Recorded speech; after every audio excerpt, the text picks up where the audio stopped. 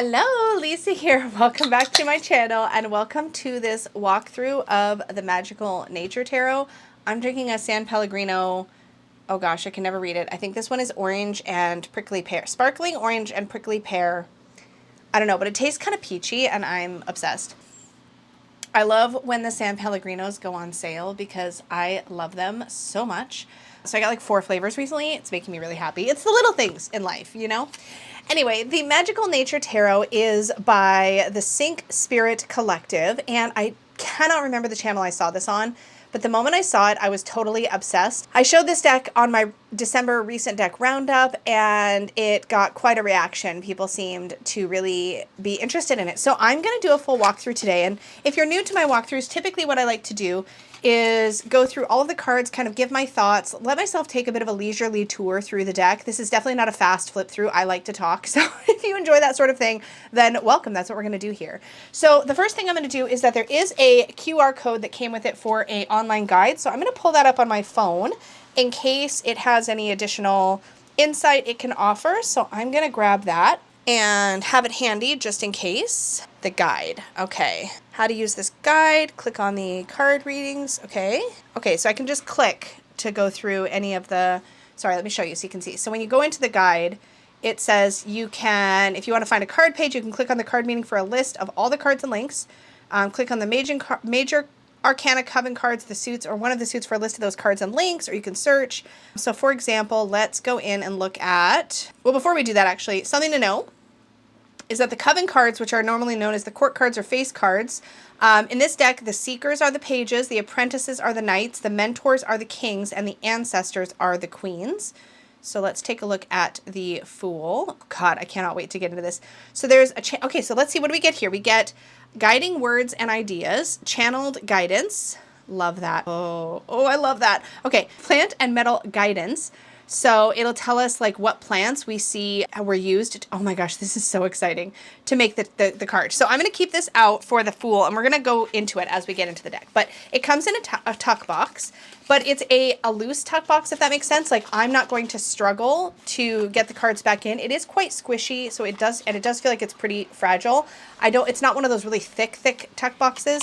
So actually, I know I said I was probably going to keep this in the tuck box, but I know I'm going to be moving it into a bag, so I think I do want to preserve this box. Does it open on both sides? Yes, it does. So typically what I do, in case you're curious, because I keep my decks in bags, typically what I will do is I will open both sides of a tuck box like this. Now I'm going to tuck the little QR code cheat thingy in there so that it's in there, and then I flatten it out like that, like this. And I have a bin where I keep my extra tarot boxes, and I have all my tuck boxes kind of like this, flattened off to one side. It is a struggle with boxes. Some tuck boxes have glued bottoms, but that is how I store my tuck boxes so that in the future, if I ever decide to rehome the deck or if I do want to put it back in its box, I can. So I'm going to store that. Now, let's briefly talk about the cardstock before we get into the deck. So I believe, I heard a rumor, I have not confirmed this in any way, shape, or form, that this is on the Eco Herbiage cardstock that Make Playing Cards uses, I think. I don't know how to describe it, but it is so unique and it's making me kind of giddy with the tactile experience of it. It feels just comfy. It is quite bendy and it feels pretty thin and almost a little bit flimsy when you first get it. But I have done a test shuffle. We will do a full shuffle at the end, but it doesn't feel low quality. I don't know how to describe it, but it feels like it just feels kind of like, it feels a little bit like a deck. If you've ever had a deck that you've really worn in, like you've used it just a lot and it's really worn in, that's what this feels like. And I have to admit, I really love it. Now, something to know about me, especially for the shuffle test, is that I did take a bit of a fall a couple weeks ago and I rolled over this hand. These 2 fingers are still sort of healing, especially down near this spot, which unfortunately is a muscle that I use when I shuffle. So my shuffles are a little, I can't do a lot of shuffling because it hurts, and it's a little weaker there than I'm used to, but anyways, that's just something as a heads up. Now, my understanding of this, and it looks like I'm getting it confirmed in the guidebook. I'm going to zoom us in a bit. My understanding of this is that the art was used natural elements from Earth to make, from the planet, basically, to make these cards. Oh my gosh, it's so pretty. Okay, let me just adjust my candle so you get a little one in the corner there. Okay, so we start off with the Fool. Now, I'm going to read the full guidebook entry, and then we're just going to, I think after that, sort of explore. I say that, but I'll probably end up dipping down in the guidebook. We'll see. So it says, guiding words and ideas, lean back, let go, interconnectivity, release armoring on the back side of the body. You are lovingly held by all that is. Trust will be rewarded with a feeling of deep belonging. The channeled guidance is, it is time, beloved, to lean back and let go in order for this version of your journey to commence. The level of trust that is needed to begin again and again and again may seem foolish, but allow yourself to be the fool. Allow yourself to take risks, to leap unknowingly into the world. What makes this possible is the fact that you are not alone. You are held lovingly in the warm embrace of all that is, all that was, and all that is about to be. For you are a part of everything. Release any armoring that you may have on the backside of your body. Trust that as you fall into the delicious unknown, you will not only be caught, but that you will also be absorbed. The fall will not be jarring, for it will allow you to dissolve into the very particles of your being as you connect with all. You will be rewarded for your trust with a deep sense of belonging. So travel well, my friend. Sometimes it is exquisitely wise to be the fool. Holy moly, that is some beautiful writing. That guidance was very heartfelt, and I am here for it. I wish there was a physical guidebook with those words, because I know myself, I don't tend to use digital guidebooks very well or often, but oh my goodness, that's gorgeous. So here's the plant and metal guidance. Logwood was used for the dark blue background. Our color connects outwardly, but its source lies deep within. We help you reach inside yourself to find strength and beauty. Ginkgo leaf, the tan and light blue shape of leaf behind the figure, so that's back here. I am ancient and everlasting. I share with you my security and understanding of our ongoing existence. I give you properties of gentle strength and stamina without strain. Coreopsis, which is the golden shirt.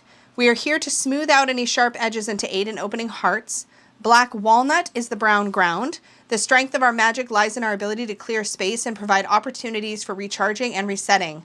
And copper oxide, which is the light blue-green shorts and light blue of the background. I magnify the properties of whatever plants I touch or impact. Okay, so here's what it says. I want to see if there's a thing on the website here about how this deck came to be. The art plants. Okay. The artwork of Magical Nature Tarot was created in collaboration with dozens of plants and 2 metals, copper and iron. And then it says, we're not medical professionals, etc. Okay, so I am pretty excited about this. I'm not going to lie. Okay, so just looking at the image, we have this figure, almost like looks like a boy, like a little boy or a little girl, who are leaning back into the universe. And this plant material here almost looks like wings ready to catch them.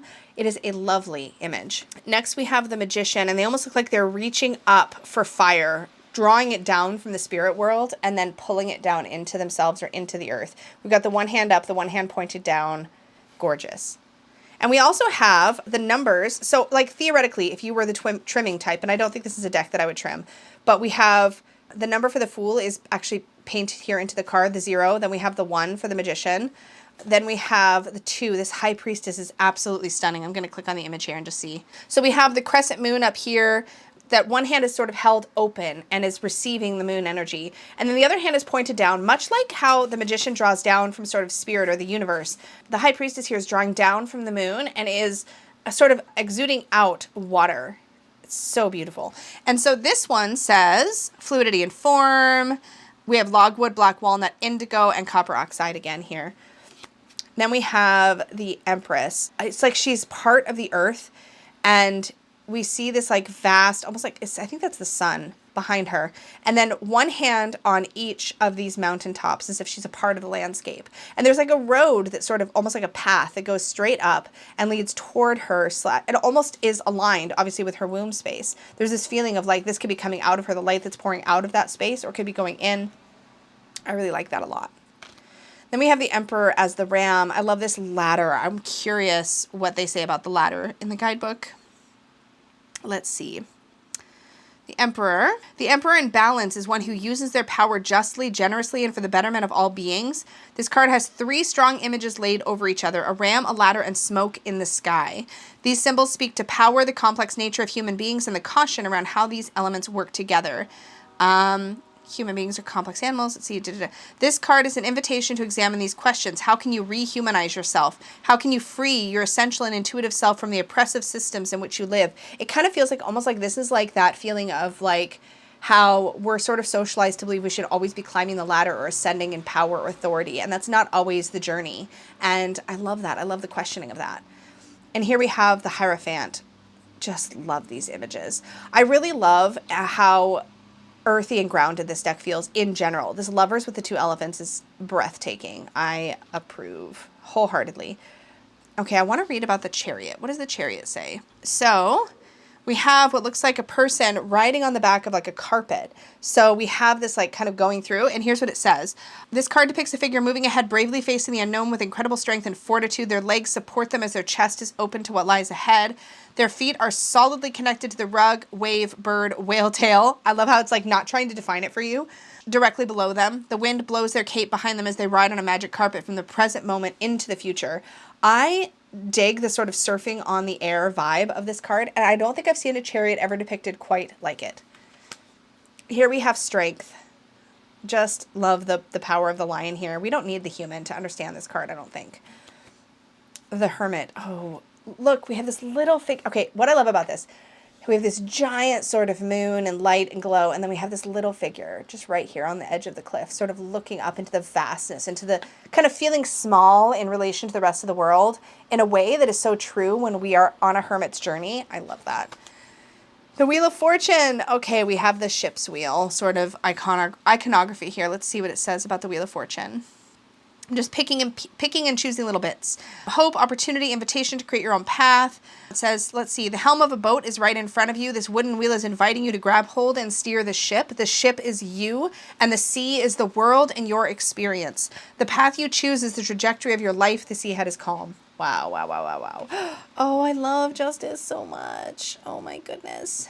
And you can tell, like, this was actually art made in, like, a physical form and then photographed, it looks like, on a backdrop. It almost looks like it could have been on a wall. There's like a three-dimensional shadow box kind of feeling around the edges of the artwork.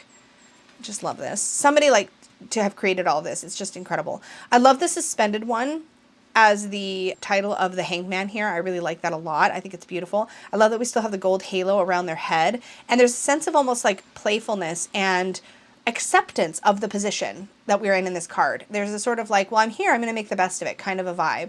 I like that. Death is gorgeous. Knowing that this deck was created with natural elements really just adds to its beauty and charm.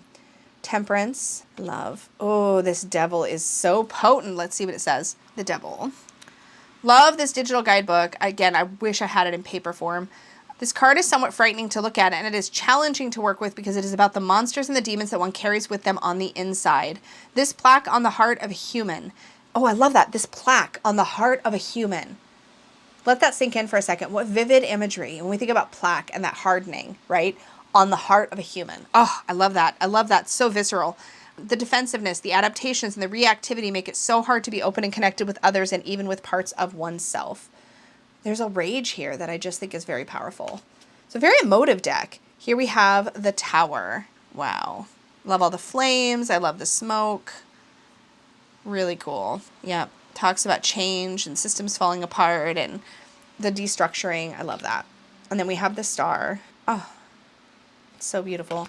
I love the moon, the wolf howling at the moon for that card. I like that because sometimes when I look at the moon card, I'm not reading just into sort of the subconscious and like fears and like not the obscurity of the card, not always knowing what's in front of you or having clear vision. But also I lean into the moon as a card about wildness and ferocity and sort of tapping into that energy of ourselves as well. Here we have the sun. The golden colors in this, it is pouring rain. I don't know if you can hear it, but it is pouring rain outside right now. The sun. The Sun card says yes, an exuberant, emphatic yes. Allow this card to lift your spirits. What does it say? Wait, where did it go? I hit the back button by mistake. Okay. Allow this card to lift your spirits, open your heart, and build an awareness of how supported and connected you are. I'm curious what this plant material is. So it says it's sedum, the plant shape imprinted in golden color. Weld, which is just the yellow color you see throughout the card. Acorn cap is the light gray inner crescent shape. Caryopsis is the yellow outer crescent shape. So cool. Judgment. I love the bird rising here. Looks like a low setted sun or rising sun, very low and kind of gray. But this bird is sort of lifting up out of this sort of darkness towards the light. Yes. And the world, she looks so free. Love this, love this, love this. Okay, now we're into, that was the majors. We're now into the wands suit. I think I may have reordered this. I don't know if this is actually the order it came out in the deck, but I tend to always put my decks into wands, cups, swords, pentacles. That's just the order that I personally like. But it looks like maybe hers was in the same order because that's the order of the guidebook. So maybe I didn't have to reorder this one. Anyway, regardless, here we have the Ace of Wands. It's a literal wand with like fire coming out of the tip that we're sort of wielding, that power, that inspiration, that creative juice. I love that. Ooh, let's see what it says about the Two of Wands here. There are many ways to prepare, and the steps one must take depend greatly on the intended action. Be forewarned, it is entirely possible that growth may occur during this preparation, and this may change the intended action. Yes. In fact, most of human life is preparation, so think about what it is you would like to do and make note of what is needed. In this card, you see a human in the practice of meditation, and then they go on to talk about that. This figure's got one palm down on their knees, they've got one palm open, and it is holding like what could be maybe a crystal or a sphere or something like that. And they're like in a quiet space. I almost imagine they're in like a yurt type space. It feels like that. Something about these plants on this like decorative stuff going on the wall behind them. And then we have the two wands here, so we can clearly see which card we're in, which I love. We often see this triangle shape with the Three of Wands, and it creates this portal or this window. And here we have this person stepping through. This really adds new perspective. I've got sirens in the background, I apologize, but my window's open because it feels nice. There are other decks that do this with the three wands in this shape, and seeing a figure illustrated actively going through that portal or through that window is very poignant, and I think will reawaken my understanding of the other decks that use a similar sort of energy for their threes. Love that. Next we have the Four of Wands, and we see people toasting each other, possibly celebrating something, a milestone perhaps. We have the Four of Wands built into the background. I don't know if you can see. There's not high contrast in the art, but there's a wand here, a wand here. In person it shows up better, I think, than it might be showing up on camera. And then we have this sort of like fire. They might all be sitting around right here at the base of the card. Oh, this is great. We have like this kind of like play, two children in this kind of play jousting tournament, like they're balancing across a log, only here it's like a big wand. That's super cute. I love that. I love the like, you can really see that this was analog collage work. Here we have the Six of Wands, and we see this person who might be crossing a finish line, or she's definitely triumphant in some way. I love that. Absolutely love it. And then the Seven of Wands. Man, the posture here is definitely one of sort of self-defense, of like having everything coming at her and trying to sort of take up more space in order to be strong in the face of maybe some judgment or some whatever that's coming her way. And the wands around her seem to have formed almost like a barrier against whatever is coming at her. Yeah, at times it may feel as if the world, your community, or your systems are working against you. You may feel maligned, misunderstood, and powerless, but you are part of the universe's intricate web, a key piece of how things come together, come apart, and come together again. Take strength from this knowledge and then take action. And it goes on. There's so much. It's a really in-depth write-up in the digital guidebook. Love that. Next, we have the Eight of Wands, and I like this too because we often see the Eight Wands just streaking across the sky, and it must have been tempting during a collage piece like this to do something like that. But here we have something much more visceral, and this idea of sort of having built up momentum in regards to maybe a voice, a passion around something. What I'm trying to describe when I see this card, I think of how my passion, like this is just me relating it to my own personal experience, but I developed this passion for like self-worth, of being visible as like a fat yoga teacher. That was like a thing that I did, right? It was really important to me. And one of the things that as that passion grew over time, I became more and more vocal and more willing to and interested in speaking publicly on the topic, being really present, being really visible. And I think there's something about the momentum of the Eight of Wands as that passion that grows to the point where you just have to share it. You have to spread the word. You know what I mean? And I feel like this speaks to that kind of momentum of like having this passion that builds and it's like exploding out of you. And here we have someone who's expressing that outwardly. And so the write-up in the card, I don't know if I'm even remotely on point to what she was trying to get at. All animals communicate in a myriad of ways. Let's see, it's about communication, about being clear with what and how you want to communicate, an encouragement to be courageous in sharing what is important to you, which is kind of what I was trying to say. So yeah, it's like this, what happens at the culmination of a passion that's important to you. My journey in tarot is much the same, right? I've been passionate about the tarot and its effect in my life for so long. And then it kind of like built and built and built, and then starting a channel so that I could, again, share what I'm passionate about. I think it's a natural consequence for some, not obviously for everybody, of wanting to share our passions. The Nine of Wands. I like this because not only is this person still hanging on, but they're hanging on while still making space for themselves to be in a restful state, to pause, to, what's the word I'm looking for? To still practice self-care while staying present. They're not like actively climbing, they're holding their position. I like that. And then the 10. So 10 handheld wands may not seem like a lot, but look how awkward and how it sort of obscures her. It keeps her from seeing clearly because she's carrying so much. So we have our first set of court cards. And so again, we have Seeker, Apprentice, Mentor, and Ancestor, which I think is a beautiful way to look at the courts. So the Seeker is our page energy. So this is going to be our Earth of Fire. This is like grounded, but also playful. I love how we get this like handstand acrobatic, almost like she looks like she could be doing one of those fire dance things with the flaming thingies, you know, that you swing around. It almost looks like that, but she's actually got a wand in her feet. And the sort of flexibility of that, of thinking of things in an innovative way, is very much a Page of Wands characteristic. And then we have our Apprentice of Wands. This is our Knight energy traditionally. And we see this figure who's empowered, who's half enrobed in fire. This is really cool for me because I see the Knights as fire. So for me, this looks like fire of fire to me. It feels very like caught up in the flame of it all. And then we have the Mentor. This is typically or traditionally or stereotypically the Queen energy. And I love that we see what the figure that could potentially look like the king here, but is not. You know what I mean? I love that. I love the playing with the expectations of the courts for sure.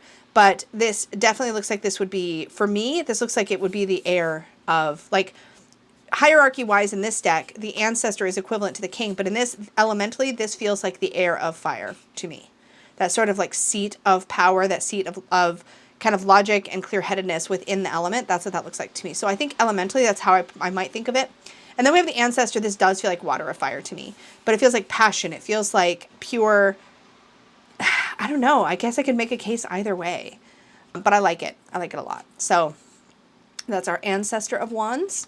And now we're into Cups. Now, Cups are traditionally my favorite suit. So we'll see what we think. I love this ace. I love that this cup is being held like in the hands, in the palms like this. And it's being held in front of the belly. I don't know why, but that just feels so like the Ace of Cups to me. I don't know if I can articulate it, but it does. Here we have the Two of Cups. This is so cool. Okay, one of my favorite Two of Cups of all time, or should I say Two of Water, is from my original tarot, my favorite tarot deck, the Osho Zen. So I'm just going to pull that out real quick, just because I think it's relevant to how I see this card. This is just my mini Osho Zen, but let me just grab. I cannot, like, you know how for some people, and myself included, we always like sort of see the Rider-Waite-Smith when we're looking at any deck, because if you're very familiar with that deck, you just kind of, it's stuck in your brain. And the Osho Zen is also stuck in my brain in the same way. So I feel like when I work with any deck, I'm also working with the Rider-Waite-Smith and the Osho Zen most of the time. But it's going to be like at the very end of the deck. That's just how it goes for me. Oh my goodness, I'm not even kidding. Okay, yeah, it's like 4 cards from the end. Okay, so this is the Osho Zen Two of Water, or Two of Cups. And the reason this is so viscerally stuck in my mind is because it, for me, shows how two people or two creatures can come together and have a close relationship where they hold on to their individual identity, but there's a place where their energies merge, and that becomes the connection between the two. And that's always stood out to me viscerally from this image, because we have a yellow tree, we have a pink tree, and where they overlap, it's orange, right? There's this orange that they create together, but they don't, this tree doesn't become pink, this tree doesn't become yellow, they make orange together. And it's such a powerful, I think, visualization for what the Two of Cups is all about. And in this card, we have something kind of similar happening. Each is sort of contributing to the other with these two cups, with these swirling different colored liquids kind of flowing between. And where they overlap, where they're sort of together, is the connection these two have formed. These two different individuals have formed. And it's a really powerful allegory, again, for what the card means. Okay, let me put my Osho Zen away. All right, next we have the Three of Cups. Love this. One of the things I always look for in a Three of Cups is that each individual seems to be contributing something a little different, and each figure is a little different. I look for that because I want that essence of Each of us brings something different to the table. Then we have the Four of Cups.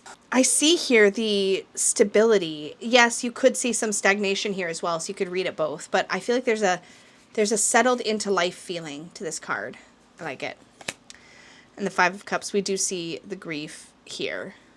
The pain. The tears sort of leaking through fingers. 2 empty cups and 3 full ones. How interesting that it almost seems as though the tears leaking through the fingers are what is filling the 3 remaining cups. It's an interesting allegory, as if the idea is that through our grief, we actually rediscover where our wholeness is. And I kind of see that in this image. So beautiful. All right, we have the 6 of Cups. Ooh, I'm curious what the guidebook says about this one, because this doesn't feel, I don't know, it's kind of, I don't know. I think I see the cups are obviously over top.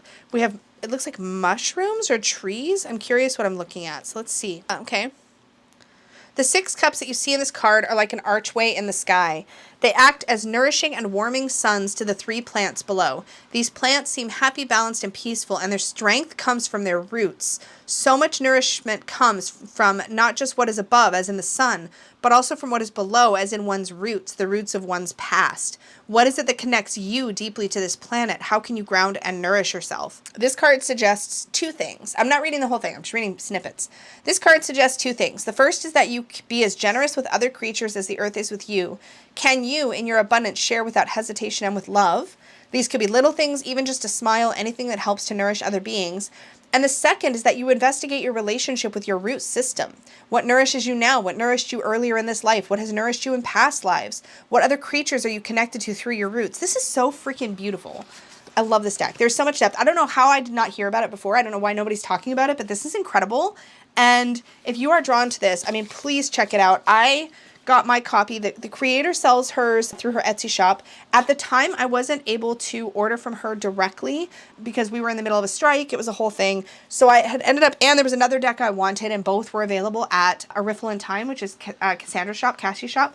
So I ended up ordering both decks from Cassie, and then she sent it via, I think it was UPS, so that I could get it because I was having a whole moment. But I did get this and something else. But yes, please support the creator. She actually had a sale going on, or they had a sale going on in their shop on Etsy when I looked. So I will have a link down below to the creator's Etsy shop and Cassandra's shop, A Riffle in Time, just in case. And there's probably other places that carry it as well, but it feels like a more obscure indie find that, like, I don't know that I would have found it otherwise. So again, my gratitude to whoever showed this on your channel. I'm so sorry I didn't write it down. I'm the worst. I apologize. But I'm sure if you search up Magical Nature Tarot, you can find other creators who've made content, hopefully, about this deck, because I'm sure that's how I found out about it. Anyways, enough gushing. Here's the 7 of Cups. And I love this. We have little, like, elements coming out. Like, this looks like it could be, like, an octopus arm, like a little fish, other little fishies, maybe some coral. Like, it just feels very, I love it. It just matches the vibe of this deck so well. This is so good. So here's our 8 of Cups, and we usually have a sort of departure happening in this card, and here we have, or divergence. The key word that I use, actually, unless I'm mistaken, I went back and forth about these two.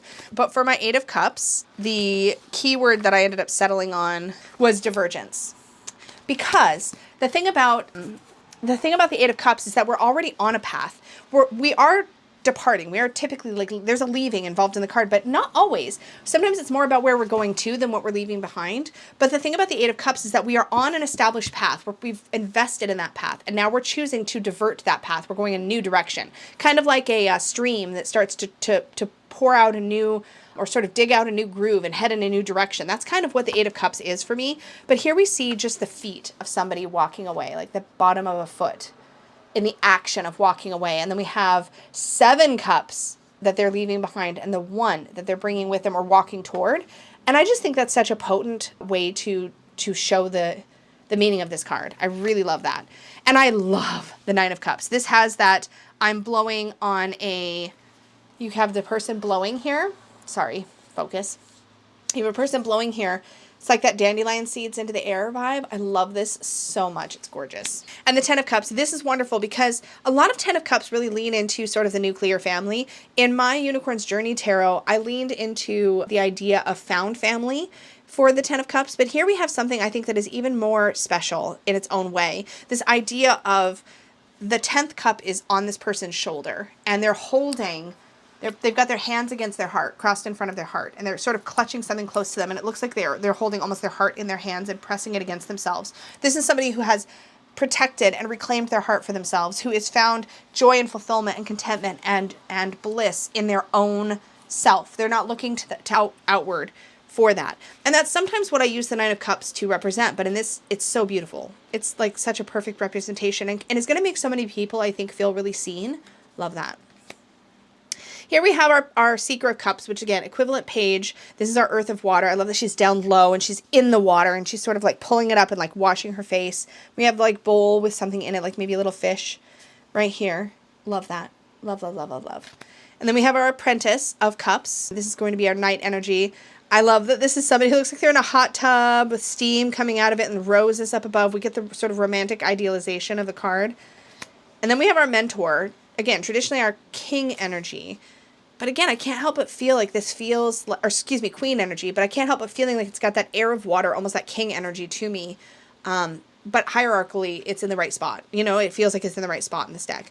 But this person looks like they're like mastering, they're the master of the water element. They're able to sort of like contain it and work with it instead of either stuffing it inside or like exploding it all over other people. And that's kind of the vibe for me of the King of Cups.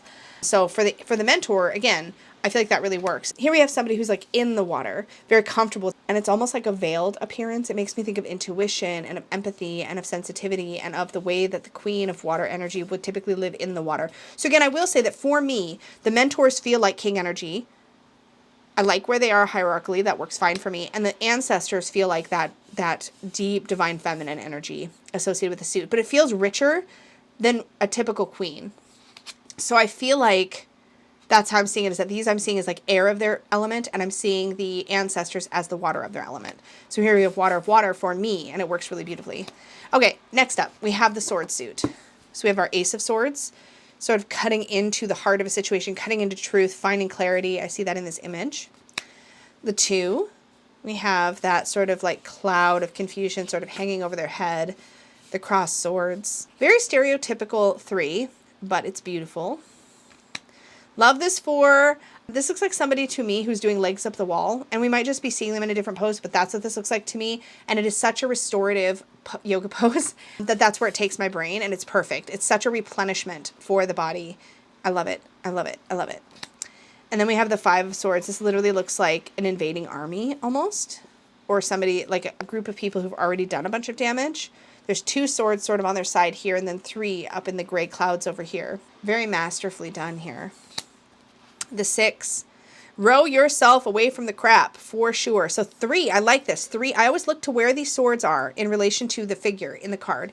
And here we've got 3 being left behind on the shore and 3 are coming with them, which is pretty accurate a lot of times. I think when we're in a 6 of Swords experience, we're kind of getting away from something that was icky or unpleasant or trauma or whatever. We very rarely get to leave all the swords on like the baggage, so to speak, on the shore. We're often bringing some of that experience with us, if not all of it. This is like a healthy balance. They're leaving as much as they can behind, but they do have to bring some of it with them. And it will weigh down their boat a little. Like, that's kind of the thing. The 7 of Swords is somebody sneaking into or out of a window. I love this. I love that it asks us to question our assumptions. Love it. I'm trying to see where all the swords are. So we have 3, 4, 5, 6. If you are watching and you see... Oh, no, there's 4. There's 4 in the bag. There's 1, a shorter one, and then 1, and then 1. So there's 4.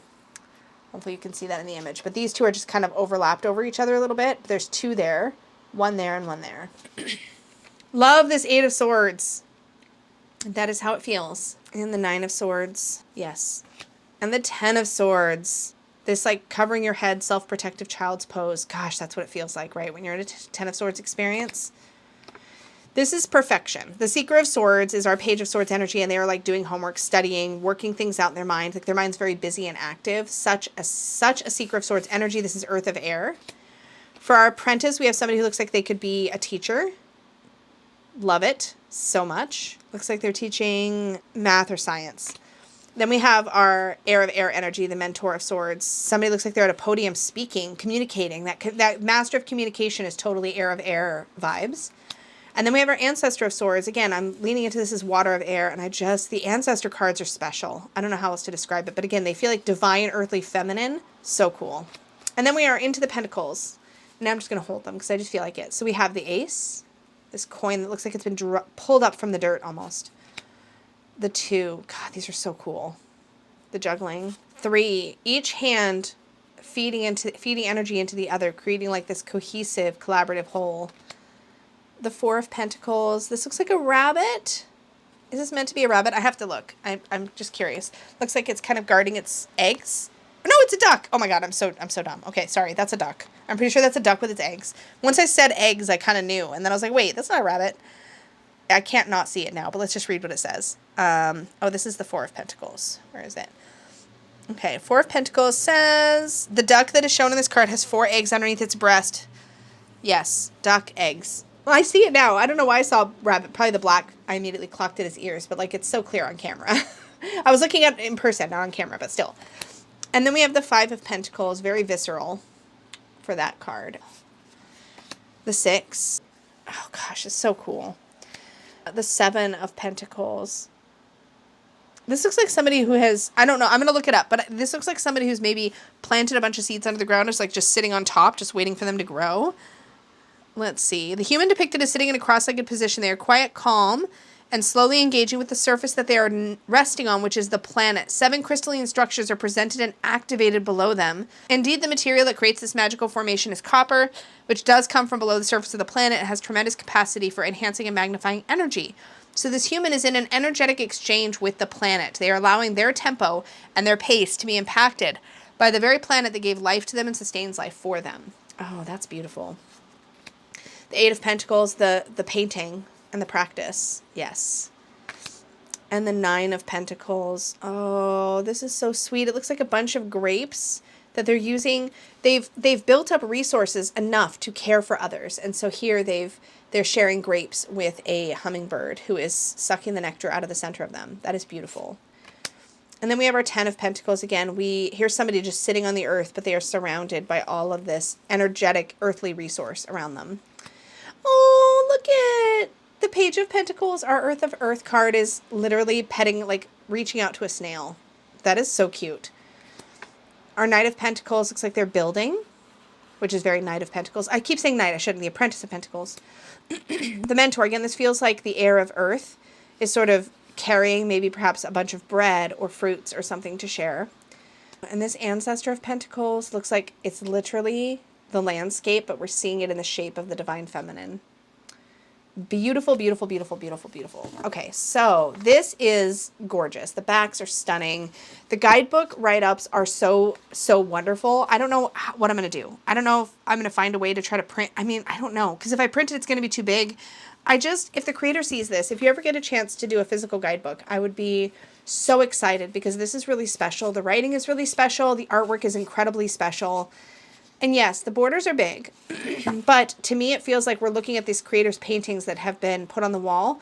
While I love a borderless version, I know that based on the shape of this artwork, it's pretty clear that it would really cut off a lot of the artwork if you were to crop it down in order to make borderless cards. Maybe if you did like a poker, I'm saying you as if I'm like just like hacking it out with the creator.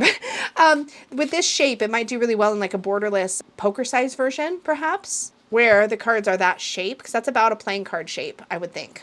And I feel like we don't need any titles on the cards at all. I think it's pretty, like, you know what you're looking at, I feel like. But maybe I'm wrong. What do you think if you're watching this video? Let us know. Now, I'm going to shuffle. Keep in mind, again, these muscles hurt, so I got to be, oh, no. This might not be the day for it. If I change my positioning, I can. Okay.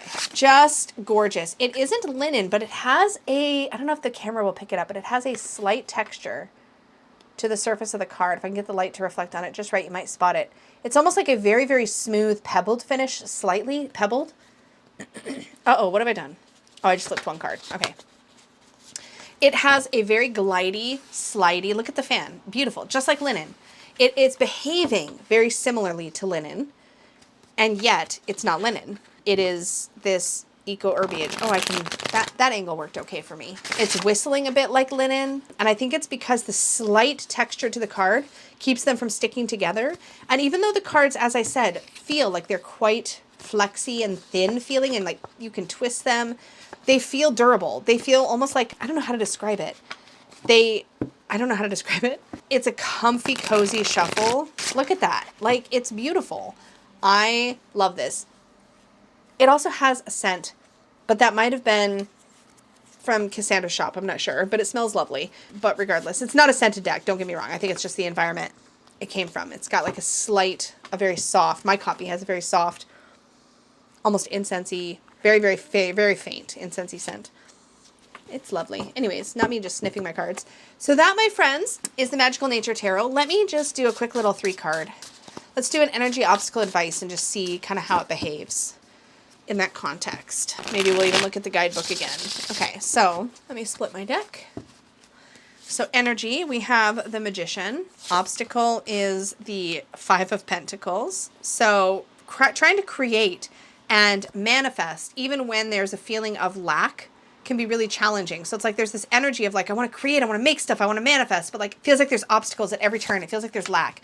The advice, the Fool, like surrender, know that you're held, know that you can experiment, know that you can just kind of throw yourself into the universe. Like just such a beautiful deck. And this feels like a deck rich with meaning. It feels why am I struggling with that word lately? It feels substantive. This cardstock is delicious. I love it. It's so yummy. I don't know.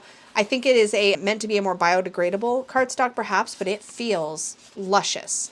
Now I think if I was to test it, yeah, it's definitely not cored with anything that gives it some sort of core tensile strength necessarily, and it kind of feels, like I said, it feels a little fluffy. Like it does not feel like the most durable forever cardstock, if you know what I mean. But it feels like a really broken in deck. And again, if you love that feeling, if you love when you have like one of those old Rider-Waite-Smith decks, it kind of almost feels like soft in the edges. That's kind of what this feels like out of the box, and it's incredible, and I am obsessed. I absolutely love it. So anyway, that is the Magical Nature Tarot. I'm so glad I picked this up. It's a win for me. I've got to find the perfect Peggy bag to put it in now, but I love this and I cannot wait to play with it some more. So I'd love to hear your thoughts down below. As I mentioned, I will have a link to Cassandra's shop where I purchased this, but I will also have a link to the creator's Etsy shop, Etsy listing for it. Again, she did have it on sale, so check that out. Beautiful, beautiful work by the Sync Spirit Collective. Just absolutely gorgeous. Love it. So much thought and heart and soul went into this, and I really want a book. So I'm gonna petition for a book now. But thank you so much for hanging out with me as always. I wish you so much love, and until next time, may your magic always shine from the inside out. Bye.